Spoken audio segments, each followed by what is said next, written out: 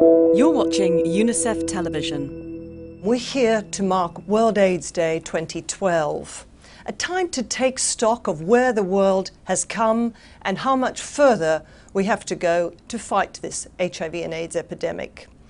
I'm Sarah Crowe, and with me now is UNICEF's Executive Director, Anthony Legg.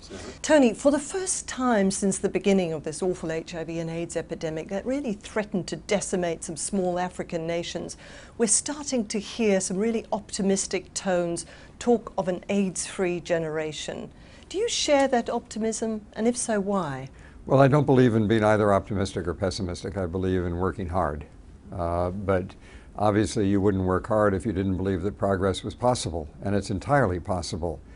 In fact, the best news in the UNAIDS report that we saw that just came out a few days ago is that we, just from 2009 to 2011, have cut by a quarter the number of infants being born into the world with the terrible burden of being HIV positive.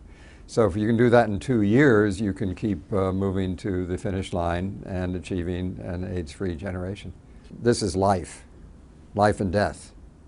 And we need to keep driving through to the finish line, not just to prevent more children from being born HIV positive, where we are making progress, but also to do something about the some 2 million children around the world who are HIV positive and who need to get on medications, and only less than a third of them are getting that compared to over half of adults.